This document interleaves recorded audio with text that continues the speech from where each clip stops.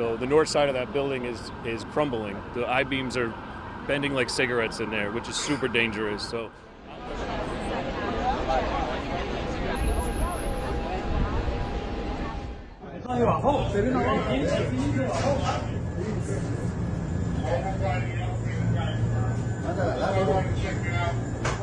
Around 8 a.m. this morning, FDNY received reports of a structural issue at an active construction site on East 42nd Street between 2nd and 3rd Avenues. This is an existing 37-story building with active permits to convert it from a commercial office building to a residential building.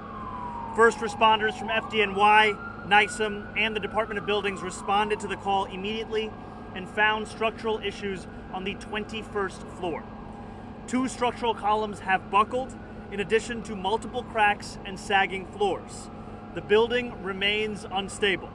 Since arriving on scene, we have witnessed additional movement in one of the compromised columns. First responders and structural engineers are working closely with the project engineer to develop plans to shore up the impacted floor. If the floor is deemed to be secure, engineers will enter and begin shoring up the building. As we await the arrivals of materials that will stabilize the building, DOB engineers have been investigating with FDNY drones.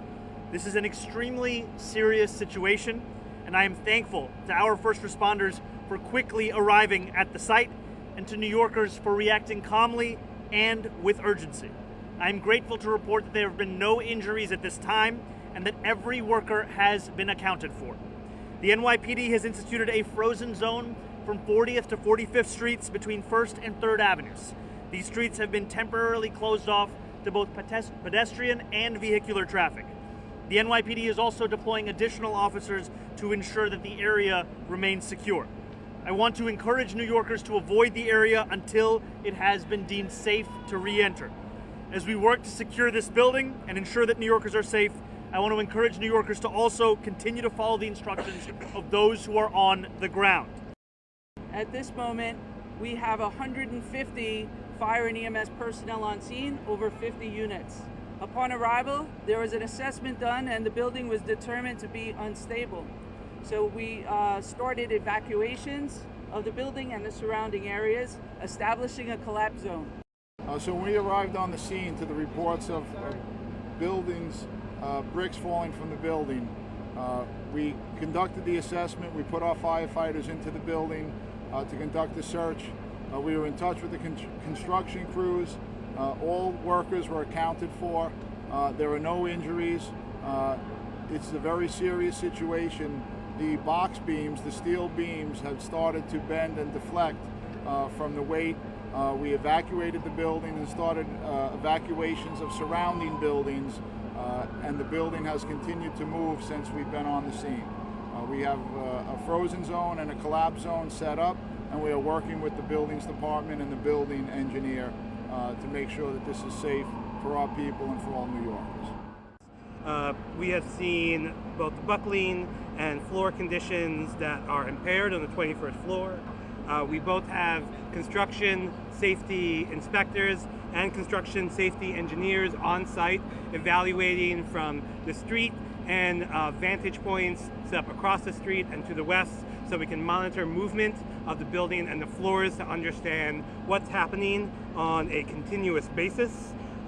Once we can determine that it's safe to enter the building, we will then, in concert with the contractors, ownership, and with consultation with FDNY, be able to deploy a plan to shore up that floor and then continue to investigate further for any other weak points that need further help and shoring. After that point, we will be able to investigate further if there's anything else that we need to do scoping out from that area. So we have specialized tools that we can watch the building from and see movement even in centimeters or fractions of an inch. And since we arrived on the scene and put that in place, we have seen continual movement. It does mean that it is not yet stable. It is still a very serious and dangerous situation. So I'll first just start with the importance of safety at this time. We have evacuated not only the building, but also 7 buildings around it. I really do appreciate the way in which New Yorkers have responded to this situation. We've seen that they have followed the instructions that have been provided by first responders on the ground, and that has been immensely helpful to ensuring that those first responders can be focused on the work at hand. What happened here was this building was renovated, and they were going to add another 16 stories to it. But at that point, you need to add more steel, and they obviously didn't add the right amount of steel. So the north side of that building is crumbling. The I-beams are bending like cigarettes in there, which is super dangerous. So I'm assuming they're going to evacuate everyone on the north side of 43rd Street. So can you walk us through what's it going to take to get this back up to code, get this back safe? You're going to have engineers in here like you wouldn't believe, making sure that everything is supported. And I don't know what's going to happen with the other side of the building now. Time will tell. How much did it sink? How much more is it going to sink? That's the question. So you had members up there at the All time? my members right here. They were up there. What did they see? What did they... Cracking windows, bent beams, floor concrete was falling from the roof below, and they brought it up, and then they had to evacuate the job immediately. So, and here we are now, and they'll assess the situation now. They're just potentially leaning over. It's the walls that are currently being built in there. You have studs and you have sheetrock. They're bent in half right now. That's how much it's dropped on that side of the building. I have photos. I can send them to you guys. You can put them on whatever you want to do. So the crew has known about this for a little while? No, this just started happening today, and it happened fast. You know what I mean? Because they keep adding. And as you add, you put more weight, and when you put more weight, that's what's going to happen when it's not engineered correctly or installed incorrectly.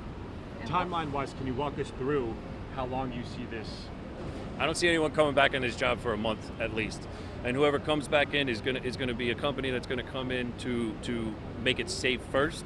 Then it's going to be assessed again. But when you have this type of turnaround, I've been in construction 21 years, and I've never seen a beam bent in half. So this is super dangerous. Can you walk us through the timeline from when you first got this call? What crew members were dealing with inside here? They were up working on the floor, and somebody saw that the concrete was coming down, the beams started bending, the windows started busting, and that's not something you see. I mean, we built Hudson Yards, we built the Trade Center, we built Yankee Stadium, Madison Square Garden, the Barclays Center. This is not something you see, you know what I mean? So as soon as you see that, they know well enough to get at it. And have you ever noticed anything wrong with this building yourself? No, it was just kind of amazing that they were building this big structure upon an old one. So we'll have to see what happens here. Does it rock your sense of security going into buildings like this? Well, I had a very good friend who was killed in the towers, and he was in Tower 2. And he started to evacuate that tower after the first plane hit. So he was told he could stay, that everything was okay. So that always kind of resonates with me. I don't know. It's crazy. I mean, it's serious, right? I mean, we've seen what you can see, the compromised beams, but what can't you see? Yeah. That's the thing. I mean, what's behind the walls? Yeah. It's a little scary. And you're visiting from where? From Massachusetts, Western Mass. Yeah, we're here to see Bon Jovi tonight. So. Oh, very nice. Yeah. Okay. So I guess this is probably not something you think of. No, not when you come to New York, but as a reporter, I see things like this, so. Got it. Okay, and then again, when you came out, you just saw this, right? We just saw a lot of people gathering in the front, and we were wondering what was going on. And then we came out, and we just started to see all the, the fire trucks and the police, come in and block off the streets. We didn't see anything up there or anything in that respect. There was a lot of confusion, though. People weren't really sure what was going on at all. It's not like there was some big announcement with a loudspeaker. People were just trying to figure it out. Right. Yeah. Yeah, and you saw construction workers coming out, or construction workers, safety folks. I mean, Yeah.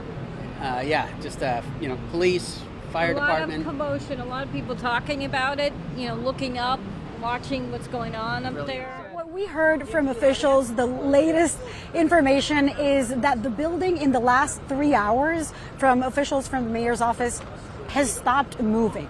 This is important because this is what they were monitoring. Authorities had deployed drones and other kinds of technology to monitor just how fast the building was moving, whether it was collapsing, how rapidly.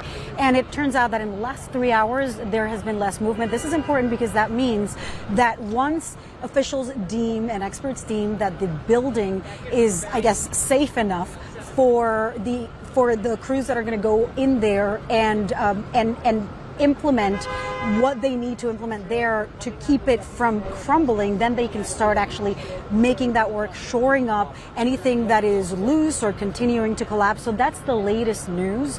Right now, what we are seeing is that there's still crews there, there's still police, the fire department's there. There is a range of several blocks from 1st Avenue to 3rd Avenue and from about 40th to 45th that is cordoned off to keep things safe. What the mayor told us earlier is that this is a very serious, very urgent matter, and there was a great deal of concern earlier in the day when they started monitoring, and at least 6 workers went into the building. There were construction workers who were inside the building. Those were immediately evacuated when bricks started falling off and when the fire department responded. But the crews that went in, the experts that went in, it was 6 people who were able to go in and assess the extent of the damage. At that point, they realized that this was urgent. I want to play a little bit of what Mayor Mamdani said during a press conference earlier. The building remains unstable. First responders and structural engineers are working closely with the project engineer to develop plans to shore up the impacted floor. If the floor is deemed to be secure, engineers will enter and begin shoring up the building. As we await the arrivals of materials that will stabilize the building, DOB engineers have been investigating with FDNY drones. So as we heard from Mayor Mamdani, there will be other structures that will be like scaffolding that will be expanded along the area. And we actually saw some scaffolding going in in a truck. In terms of the timeline of how long this is going to be shut down, we know that it's possibly going to take days for those buildings. There were 7 buildings that were evacuated. You were asking me earlier about why. Well, we heard, as we played earlier, we heard from a union rep who was very concerned because he says that the company, the contractor that won the bid for this building, that was being transformed from commercial to residential, and this is one of many that the developers have worked on, most of them, about 15 buildings over many years in the financial district in Lower Manhattan. This is not only the first that is undergoing that effort by this company, not the contractor, but by the developer, that this would also be the largest building that is converted from business or from commercial to residential, and it would have thousands or at least 1,600 units available for people to live in. This is something that has been a political priority in cities across the country because of the cost of housing, because of the cost of living in cities like New York, and especially after the pandemic.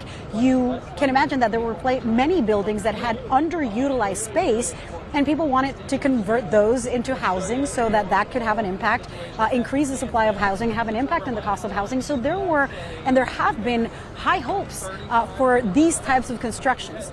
I asked Mayor Mamdani about the reports that the company, the contractors, or the people working in this construction may have given this bid, or the company that won the bid, the contractor that won the bid was a non-union contractor, and that concerned the members of the union. They were speculating and talking about whether maybe some corners were cut, and Mayor Mamdani said, look, this is under investigation. There is a serious investigation undergoing now that the Department of Buildings is taking the lead on, and of course, if there is any finding of any impropriety, of course there would be some form of consequence.